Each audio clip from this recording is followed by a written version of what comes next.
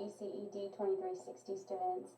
I hope everyone had a great first week of content, and we are well into really our second week of content. So what I want us to concentrate on is really two things. I'm going to be discussing in this video the case study assignments that you will be completing throughout the semester, as well as the inclusive practices fieldwork project, which is going to be taking the place of you going into the classroom. So the first thing I want to touch on, go over, is the case studies. Now, the case studies is a project where you will choose a child that you would like to work with the entire semester. So what a case study is essentially is based off real students, real cases. The names may have been changed, but essentially the information is facts, and it is about that child. These children have different exceptionalities. They are early childhood, they're different ages. I have a list here, and what I want you to do is I would like you to look through all of the case studies. Now, where you're going to find the case study children and a synopsis about them and their case study is going to be under the table of contents underneath Module 2. So you're going to click on that, and you're going to see the case studies. Now, when you click on case studies, it's not going to have all the assignments linked into it. I kind of put those inside different modules, but the case studies themselves are in a section by itself underneath Module 2 called Case Studies. And what you're going to do is you're going to read through the case studies, see which one kind of resonates more with you that you would like to work with. Now remember, when you choose this, you will not be changing the case study child. You will email me your choice this Sunday, September 8th, and you will let me know which choice or which child you would like to work with for your project. And you will have that same child the entire semester. So Module 3 next week starts our very first case study assignment. So Module 3 is really going to be talking about children's disabilities or exceptionalities, if you will. And what you're going to be doing is you are going to be working on developing a PowerPoint all about that child's disability. So you're going to have some research involved. So that's why I said to really study and go through each case study. Maybe you find one that you know something about already, or maybe you find one interesting that you don't know anything about and you want to research further, because there will be research involved with these case studies. So you're going to research the disability. So let's say you chose Clayton. And what you're going to do is open up Clayton. You're going to read all about his situation. It has a picture of Clayton. It tells his demographics, about his family. It talks about his diagnosis, how he came to be diagnosed. It also talks about if he is in a program or if he stays at home or is he in daycare. It talks about his transition to a new program, right? So maybe he was at home or he was at a daycare and then he's going to transition into a new program. So all that information is included in the case study. And when you scroll down, it's going to talk about their schedule in the classroom or center or wherever they are. And then you scroll further, it's going to talk about their developmental skills, right? Maybe things that the teachers observed and they've recorded, things that they can do, or maybe things they struggle with. So that information is very important, but remember, this is just to get you started. You will need to research the actual disability or exceptionality that that child has so you can learn more about it.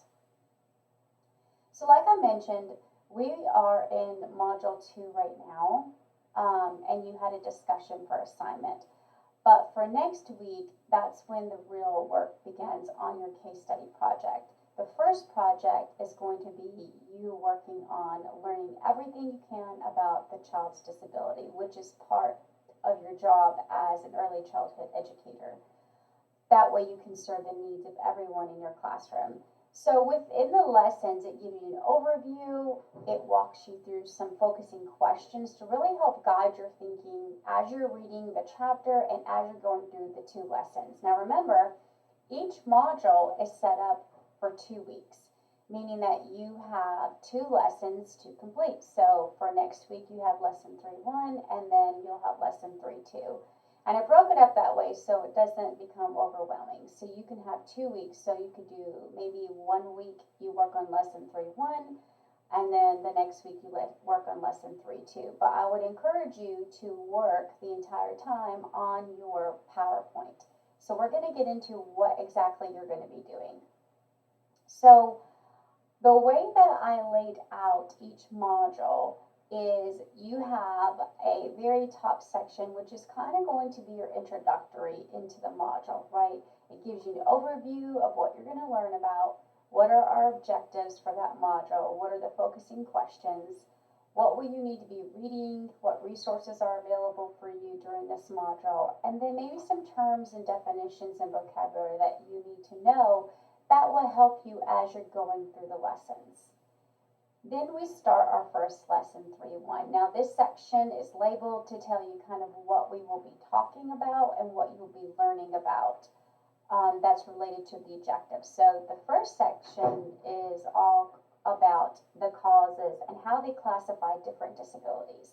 And I want you to be thinking about the guided questions, and I want you to be thinking about this as you are working on your first case study project assignment, which is doing a PowerPoint all about that case study child's disability. The second one is really where we start breaking down the disability by type, right? So what category is this falling under with this disability? Is it a health impairment? Is it a physical? Is it sensory? Is it a learning or behavior difficulty? So we really have to start breaking them up into type and categorizing them. So at the bottom, and you'll see it laid out throughout each module this exact way, at the bottom you will see your assignments. So you will have the case study assignment that you will be completing and that I will be assessing you on, and then you have your module 3 quiz. Okay, so you'll see the due dates on there. Like I said, the reason is because we have 2 weeks to complete everything, so the due dates will be there for you, and you will be able to know when it starts and when it closes. You'll see both the quiz and the PowerPoint presentation for your case study child is going to be due the same day when the quiz closes, So I'm going to talk a little bit about the case study disability PowerPoint and what I want you to do. So with the case study disability PowerPoint, I explained that I wanted you to choose a case study child that you resonate with or that you'd like to know more about, because part of this assignment is where you're going to have to research. So you can research a database, maybe get on the State Department Tennessee website. I want you to really think about these questions and this information. So what I did here is you are going to create a PowerPoint on that condition or disability that your case study child has. And really the purpose of this is for you to be informed about this condition, especially how it's going to impact that child in your setting, in your classroom. So as the teacher, your job is to make plans, right, to set something in motion. That way, if you get a good basis and understanding the condition, it's going to help you later on when we start doing transitions and setting up some activities for the child and supports and put those in place. So all of that's going to help. So it starts right here with this first project. So here's the information I want you to include. You're obviously going to define what the condition is. And like I said, I give you 2 places to start, but you can also look on the database system in the library. I really want you to start here, but this is not the only place I want you to end when we're talking about research. So the Tennessee State Department of Education, underneath the special education eligibility, is a really good place to start when you're trying to figure out and research about that disability. And then you also have the early intervention system, which is also another good place for you to do some research about that disability. And you're going to be including that first in defining what that is and how does the State Department define that disability. How does IDEA, Individuals with Disabilities with Education Act, how do they define that condition or that disability?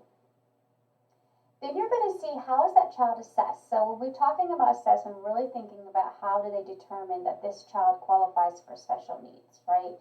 And can get services. Under this disability, how do they qualify? So that's really going to help you when you're looking under the State Department of Education, when you're looking at IDEA on their website. Also, the cause and prevalence of the disability. So what causes this? Is it genetic disorder?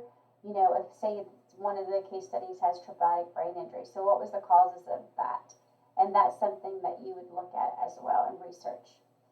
The next section is characteristics of the disability. This is just talking about basically from infancy all the way up to adulthood. What are the characteristics? But please make sure that you focus on the age of the child now and how that's going to impact them. That's super important because they're going to be in your classroom. The next section is going to be educational considerations.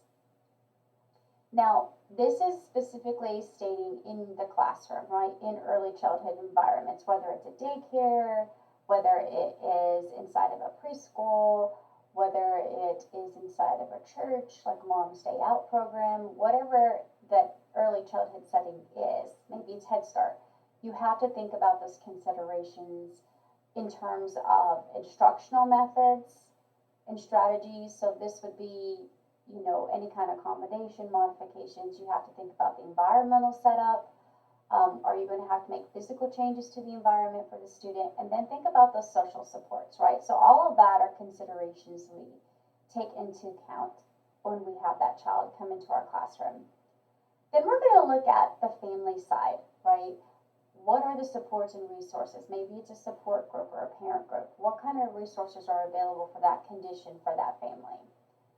And then the last slide, really, I want you to think about is your sources, right? So two of the sources you're going to cite is going to be the first two I gave you to look at, the Tennessee Special Education Eligibility, the State Department site, and then Early Intervention System. If you look at IDEA website, that could be one. But I want you to have at least 4 places that you've researched, and you're going to cite them in APA format.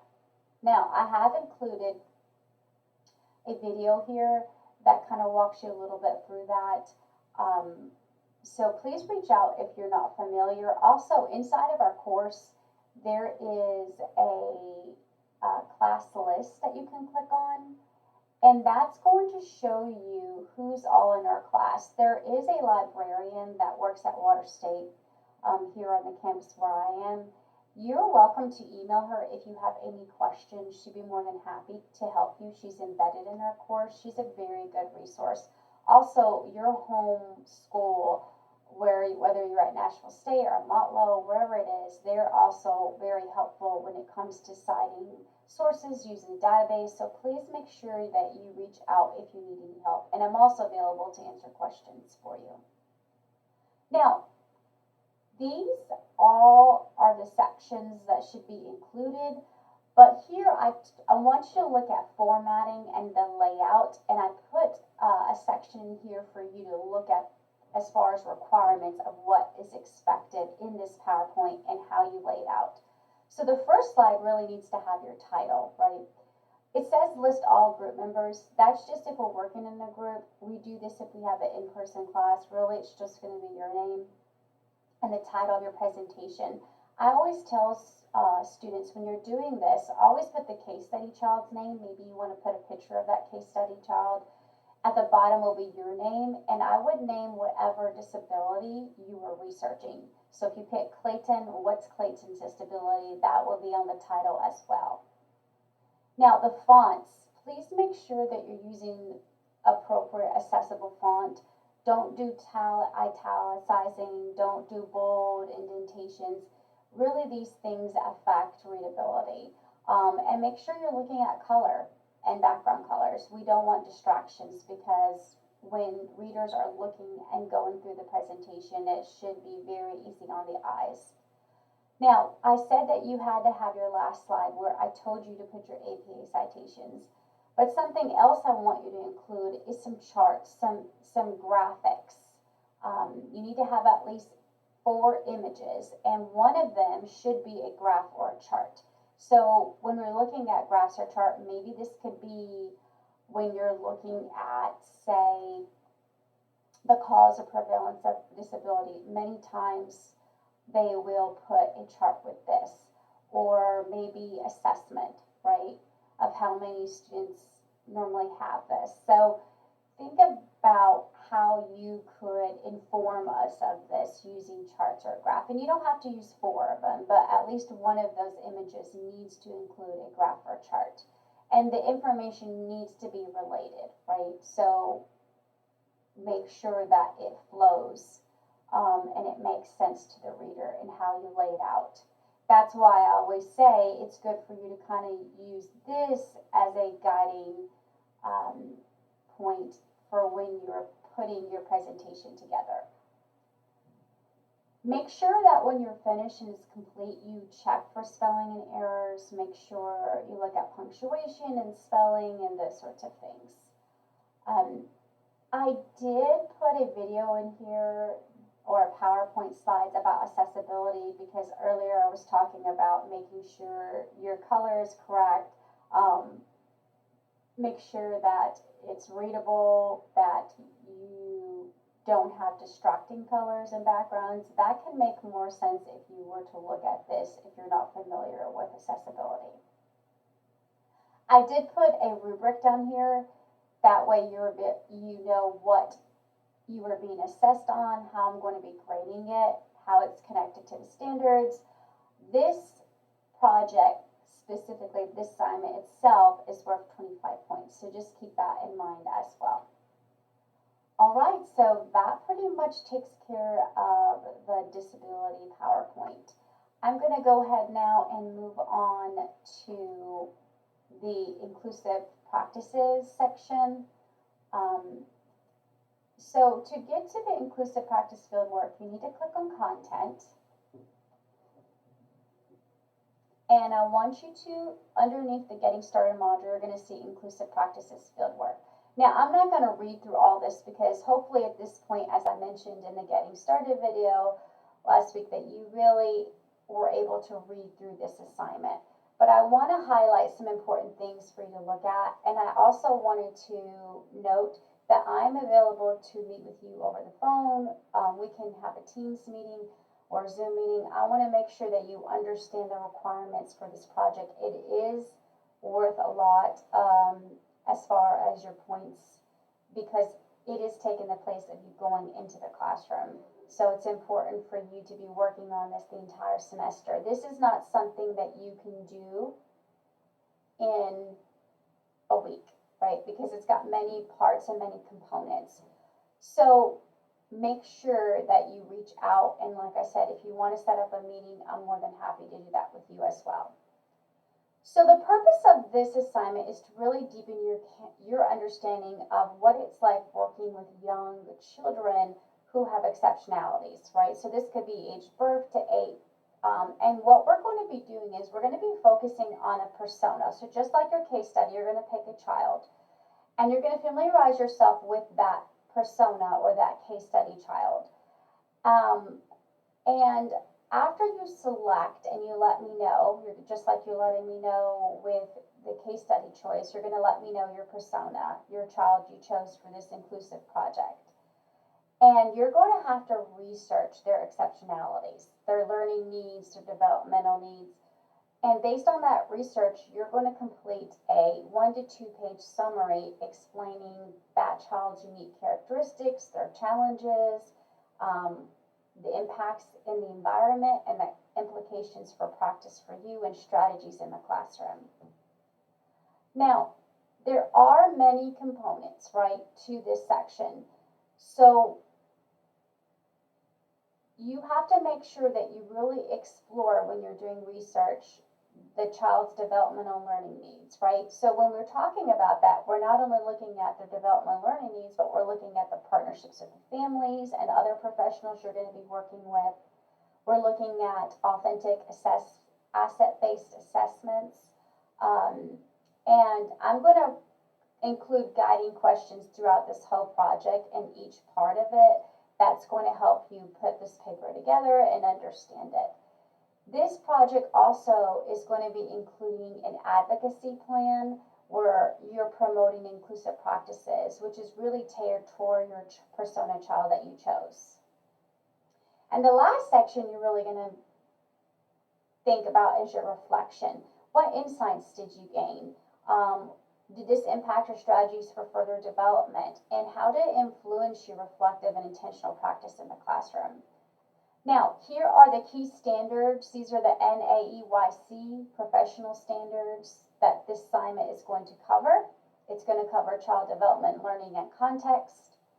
Standard 3, child observation assessment. Developmentally, cultural, and linguistic appropriate teaching practices. And then finally, professionalism as an early educator. So make sure that you read through those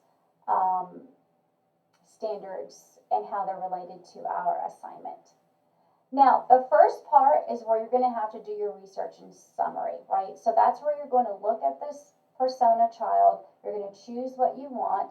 Now, there are 3 different age groups available. You've got infant toddler, preschool, and then K3. So it's important for you to go through all the personas so you'll know which one that you want to choose. Now, once you familiarize yourself with the persona, right, like when you're looking at their unique needs, the family composition and makeup, details about the child, demographics, ages, name, dislikes, likes, are they receiving services for a disability? Are they dual language learner? Do they have traumatic life events that they've experienced? Also look at the photo of the child, and you're going to pick that one child and you're going to research their condition or disability and their developmental learning needs. And based on this research, you're going to write a 1 to 2 page summary explaining that child's unique characteristics, challenges, environmental impacts, and implications for practice. And that's going to be the first part of this project. Okay, so that's what I would start working on first. And throughout the semester, I'm going to be doing videos saying, okay, you should already have part 1 done, you should already have part 2 done, and going over each part. That way, we kind of are working together and you understand what's expected of you in this project, since you will not be going in the classroom. The second part is talking about how you build assessment partnerships, right? So based on the child that you chose, you're going to research and build your knowledge about partnerships with families and other professionals, and really focusing on asset-based assessments, right? So this is really going to help you identify the child's strengths, their skills, their talents, their interests, but also looking at the value of unique assets for each child, right? Looking at the learning environment, looking at positive aspects rather than what's that child's weaknesses. And then we're going to really try to tailor instruction for that child, right? So we can meet the needs and they can grow. Now, I did put a little link in here talking about authentic assessment, so make sure that you look at that so you can learn a little bit more about authentic-based assessments. Now, I have included a checklist here of you completing the following tasks, which will help you on this second part. So you're going to create an informal observation assessment tool. So that's going to be something you're going to create. Now, you will share this is sharing information about the child's learning, right, and their needs. And you're going to be able to have to do this sometimes so you could work with other professionals and share this information with families. So think about tools, meaning checklist, anecdotal notes, or rating skills. All these things are what we call assessments tools, and you're going to create one. And you're going to think about how the results of this assessment can be used so you can develop child's individualized goals, looking at their curriculum plan, looking at their instructional practices. And what benefits does that have when you look at those results? How can it foster that positive relationship with the families and others that you're working with? And then the third one is answering about what are some ways to collaborate with the family and other professionals, really to support that child's development and growth. Okay, so you're going to create a tool, and then you're going to answer these questions. Part 3 is where you are going to answer these following questions. And how you're going to do that is you're with the first part that you did, where you did research, right? And you did your summary. The second part, part 2, you created that assessment tool and you answered those questions about the assessment tools.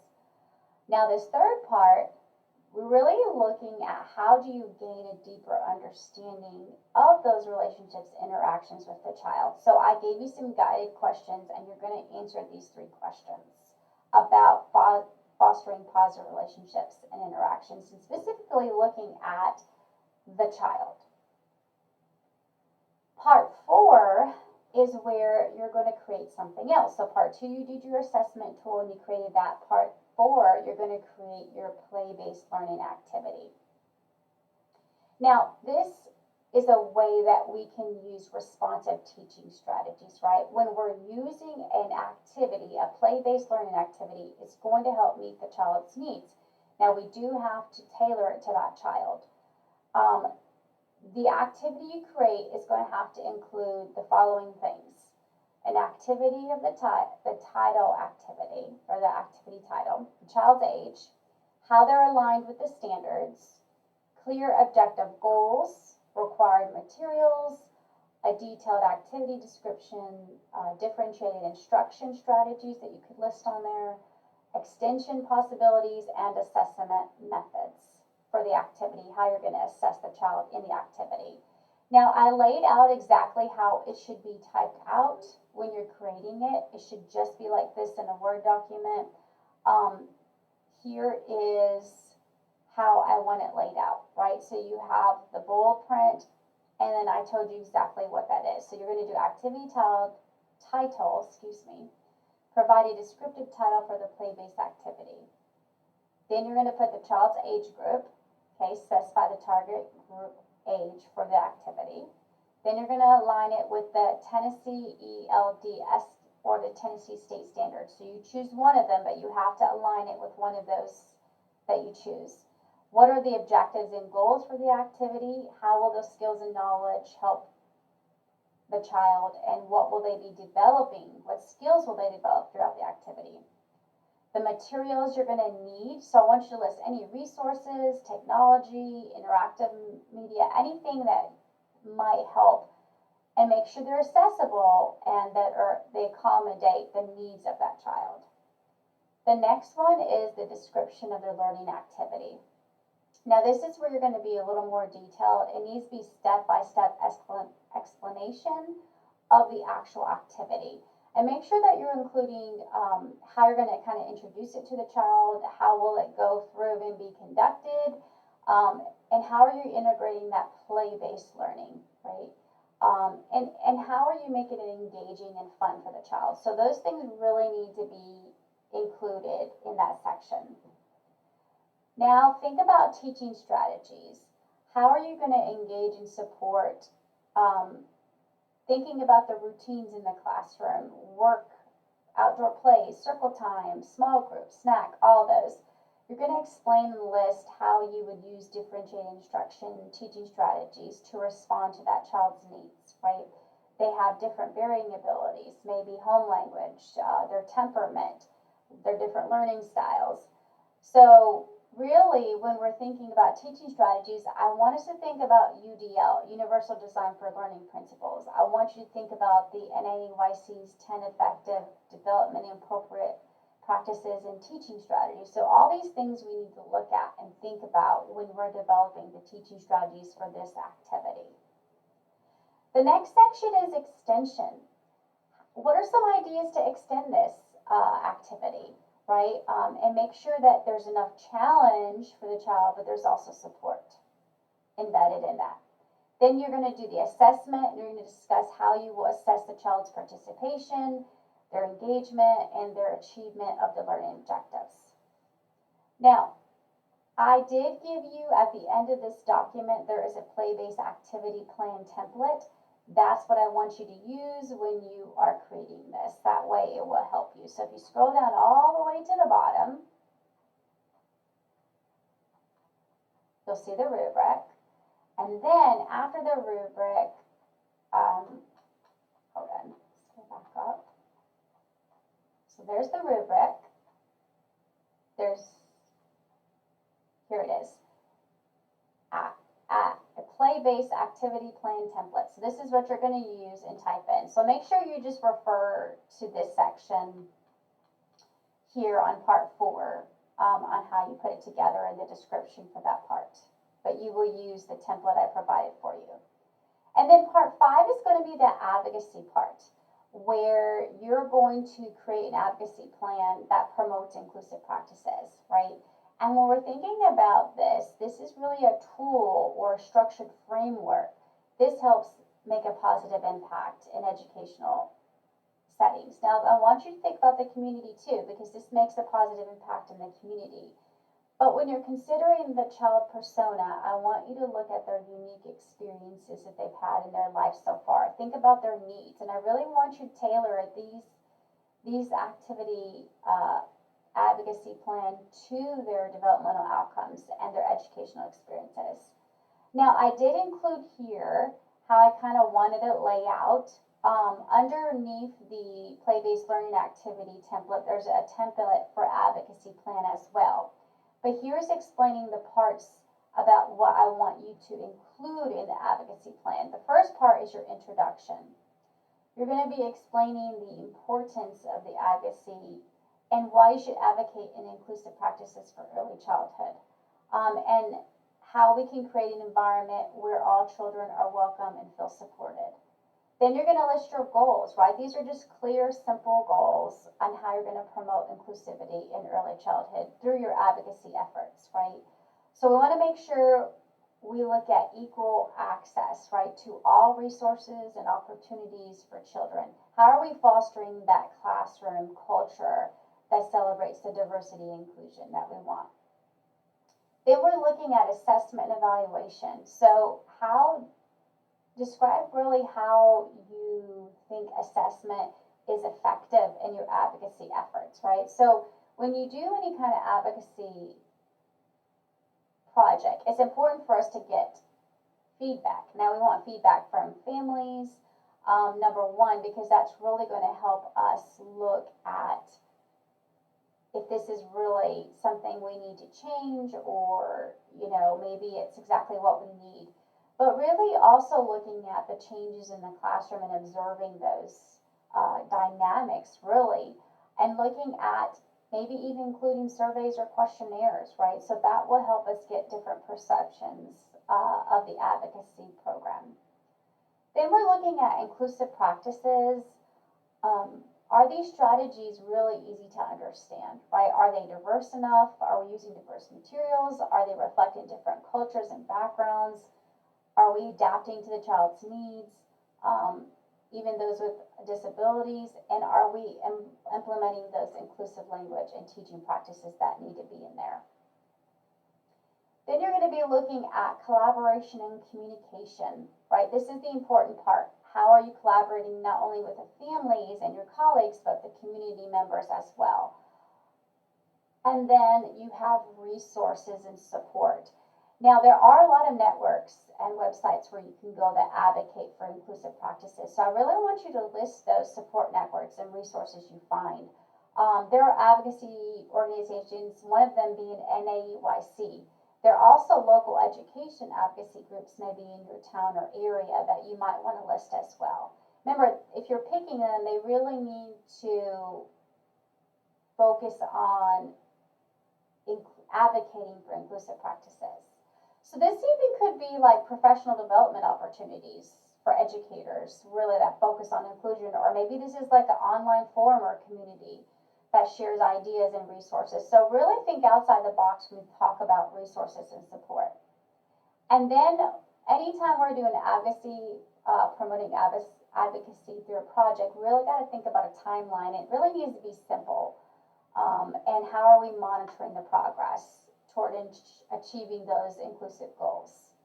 And lastly is your conclusion, right? You're going to summarize your advocacy plan and express your commitment to creating more inclusive early childhood education system, right? So that completes that. And as I said, right underneath the play-based learning plan template that was in part 4, if you scroll down, right after that is your advocacy plan template that you will use and type inside of. Now, part 6 is that part that I talked about, which is reflective and intentional practice. Whenever we're doing a big project like this, and it's got lots of moving parts, we really have to reflect, right? Intentionally think, what do we need to do? What insights did I gain?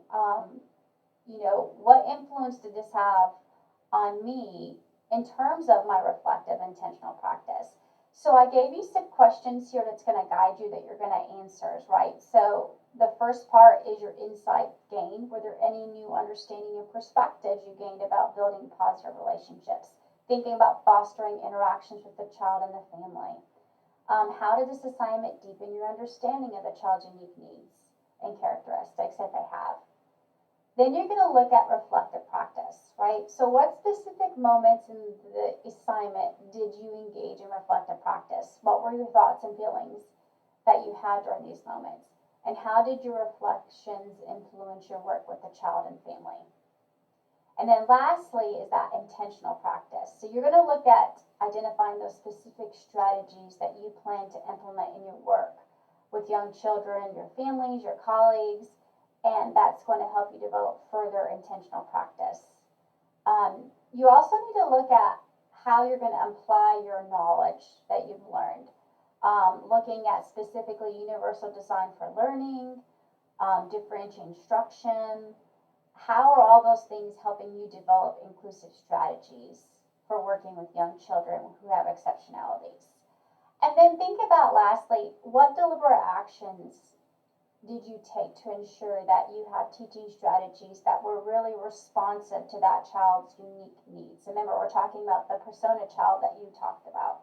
In terms of when we say unique experiences, we also want you to look at their interests, their abilities, their culture, their language, all of that.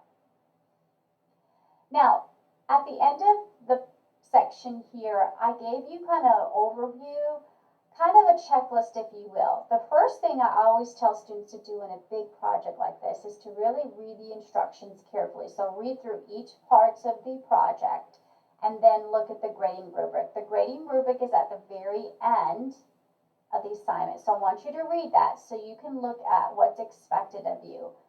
I explained the explanation. There's an explanation of levels, so I explain how are you meeting the expectations. Are you progressing toward them? Do you not meet them? And this is why. And then I had different criteria that we're looking at based on the standard, right? So this is connected to our NIEY standards. And each part has a standard it's connected to. And it has, different criteria I expect you to be able to gain at the end of this assignment, right? So you'll see here, I labeled it, the rubric is labeled for each individual part, and in each individual part, this is how I'm going to assess you, and this is the criteria. So make sure you do that first. So read the assignment and read the rubric. The next thing is you're going to carefully look through the personas and choose which child you want, and email that and communicate it to me. And then you're going to start conducting your research, starting with those two that I give you, and then also moving on from there through your database, anywhere that you can find information about that disability or exceptionality. And then you're going to start working on part 1, right? And you're going to go through each of the sections using the instructions, using the templates I provided, thinking critically, thinking about the child persona, and then you're going to submit the completed assignment in a Word format, right? So when you're putting it together, make sure that you include all these elements, right? So the first thing you need to do is have a cover sheet. So in this project, I do want a cover sheet with your name, the class. Make sure you have it. Then you're going to have part 1, part 2, and you're going to label it exactly as I have it written here. And you're going to submit it in a Word document, okay? So this may be several pages long because you have to think about, you have different parts and components that you're going to have to create, like the learning-based activity, your advocacy project part. So it may be several pages long, but I do want it in a Word document. So almost like a big paper or a research project, if you will, and it's all together with the cover sheet first, and then all your parts are labeled. That is pretty much all of the assignment. I did want to show you here again where you'll find it. If you go to table of contents and you click on inclusive practices fieldwork, that's where we just were. There are videos that I'm going to load. I haven't loaded it up here. But I want you to think about first reading the assignment and that. And then I'm going to put some videos. Now, these videos here that I'm going to give you are just to kind of let you see other classrooms. But I'm also going to include the personas, but you won't be using the videos, okay? So the videos, I don't want them to confuse you. It's just for you to get an idea. Maybe there's a child in there that kind of has the same kind of temperament, or it's just letting you see what a good inclusive practice classroom looks like, right? And that's going to help you when you're working on your advocacy project or your activities.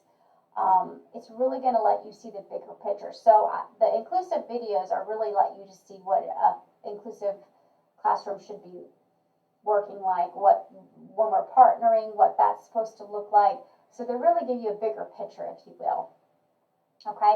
And I'm also going to be emailing everybody. I did it, and I'll put it on here too, your personas, right?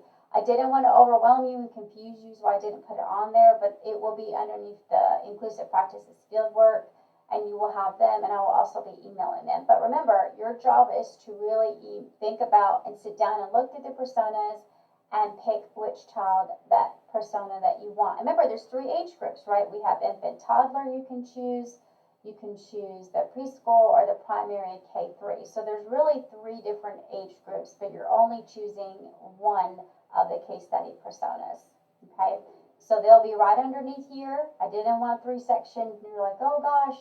And then remember, the videos are just to give you an overview of what an inclusive classroom should be working like in terms of advocacy, in terms of partnerships, meeting the child's need. It really lets you see the overall picture of what we're trying to accomplish here in this project. And since you can't go into the classroom, instead of just reading personas, I really wanted you to have some videos to look at that might help you with this project. Again, I'm available. Email me any questions you have, and also it could be about the case study or practices, whatever. And I'm also available on Teams or Zoom. All right, guys. Until the next video. Take care and have a great week.